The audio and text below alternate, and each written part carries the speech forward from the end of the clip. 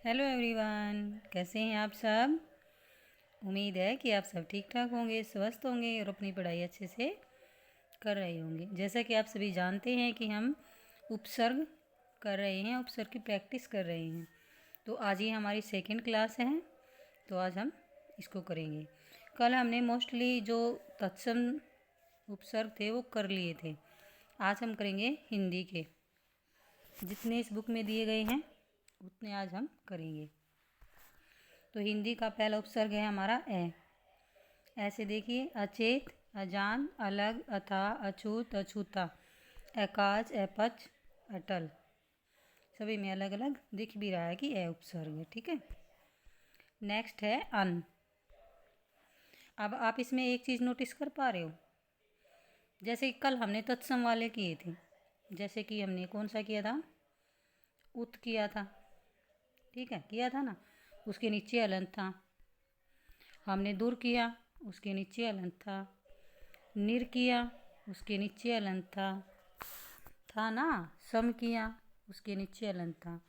मतलब जो ये संस्कृत वाले जितने भी थे, इनके लास्ट में जो भी मतलब वर्ण आ रहा था उसमें नीचे हलंत आ रहा था, लेकिन हिंदी वाले में नहीं है, क्योंकि ये हलंत है मोस्टली कहाँ यूज़ होता है, संस्कृत शब्दों में।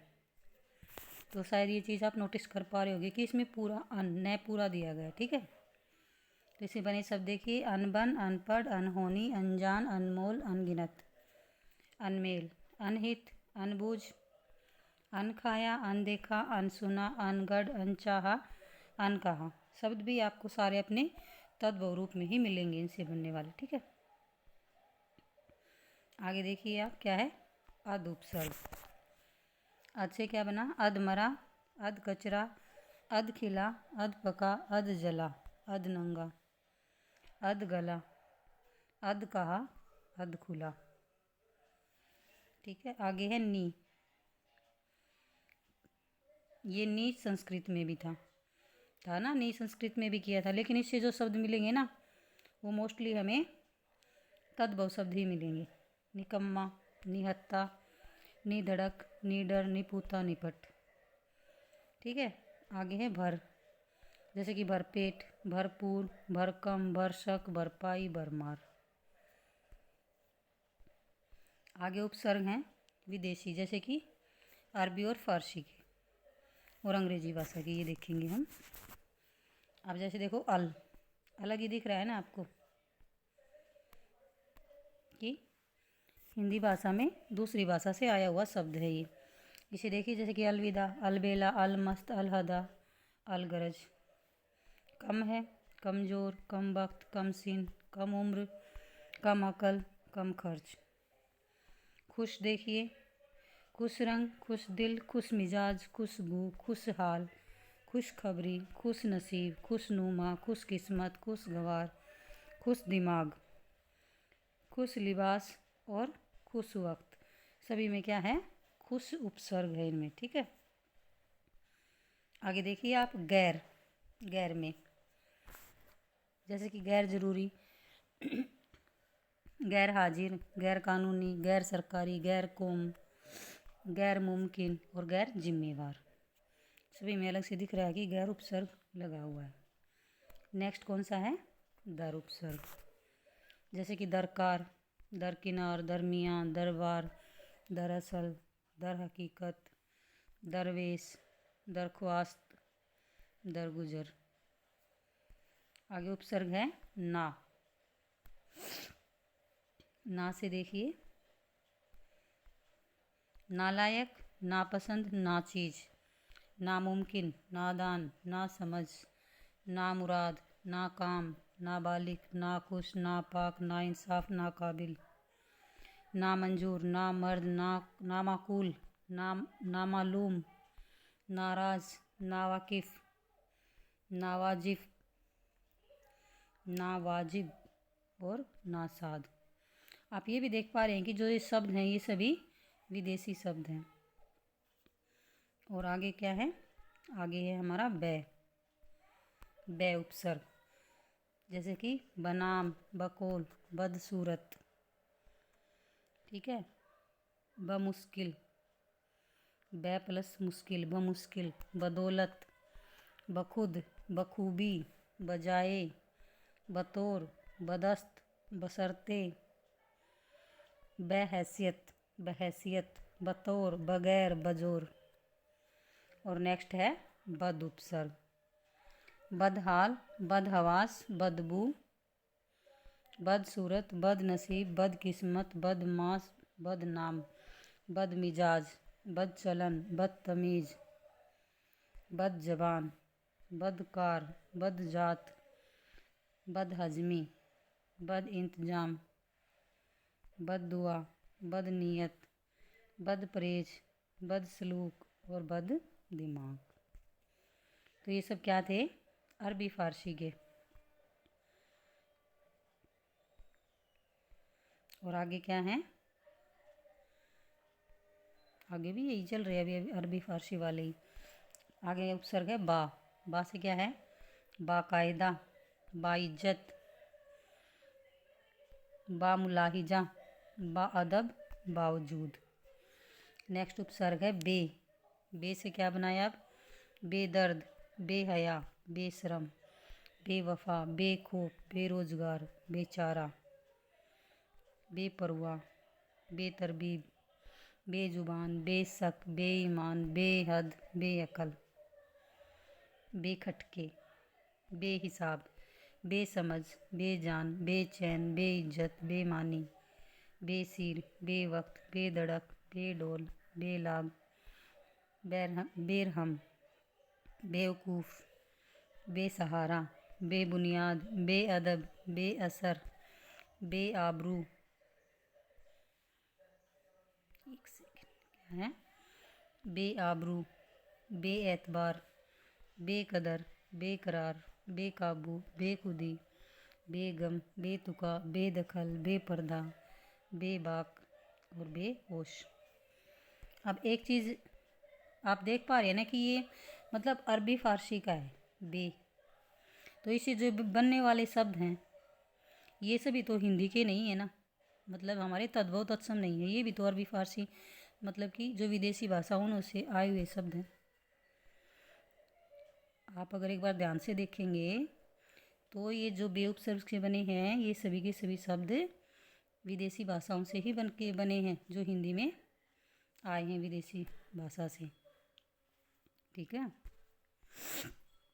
नेक्स्ट है ला। ला से देखिए, लापता, लावारिश, लाजवाब, लापरवाह, लाचार, लाइलाज। नेक्स्ट है सर। सरकार, सरदार, सरपंच, सरनाम, सरजमी, सरहद, सरपरस्त। ठीक है। अब कई बार क्या होता है, जैसे कि वो नहीं आते संकर शब्द, संकर शब्द भी तो आते हैं, उनमें भी तो दो भाषाओं का मेल होता है, तो कई शब्द उससे भी बने होते हैं, संकर शब्द भी होते हैं। नेक्स्ट है हम। हम से क्या बना? हम नाम, हम उम्र, हम वतन, हम दम, हम दर्द, हम राह, हम राज, हम सफ़र, हम जोली, हम बिस्तर, हम प्याला, हम पेशा, हम नस्ल। ठीक है। आगे देखेंगे हम अंग्रेजी के उपसर्ग कौन से हैं। तो आप देखिए, आप अंग्रेजी वाले जैसे कि head, head master, head clerk, headphone, head quarter, head teacher, chief, chief marshal, chief superintendent, chief supervisor, को एक्टर, को पायलट, को ऑपरेटिव, को education, vice, vice chairman, vice president, vice captain, vice chancellor, सब, sub inspector, सब ordinate, सब continent, सब title और सब conscious. सभी के सभी अंग्रेजी के आपसे अलग से शब्द दिख भी रहे हैं। नेक्स्ट क्या है? Deputy, deputy prime minister, deputy superintendent, deputy registrar और डिप्टी डायरेक्टर।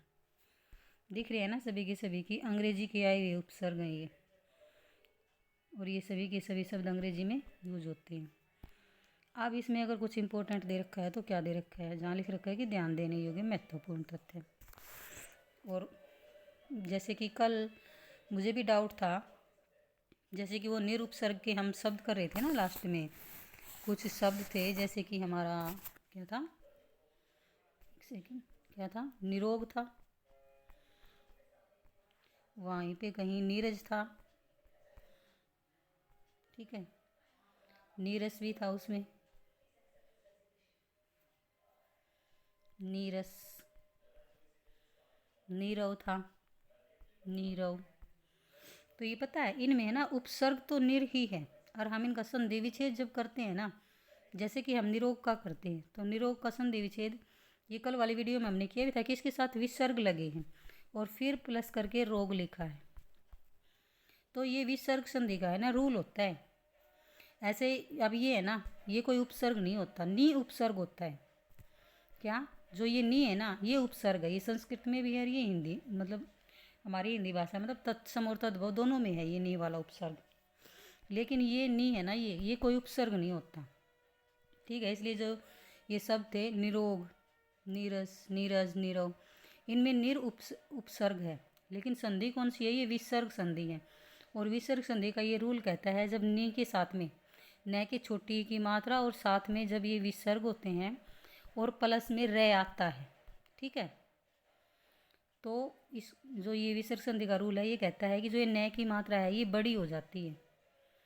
तो अगर इन शब्दों में संधि है तो विसर्ग संधि है, ठीक है, और उपसर्ग है तो निरुपसर्ग है। ये था हमारा कल का डाउट।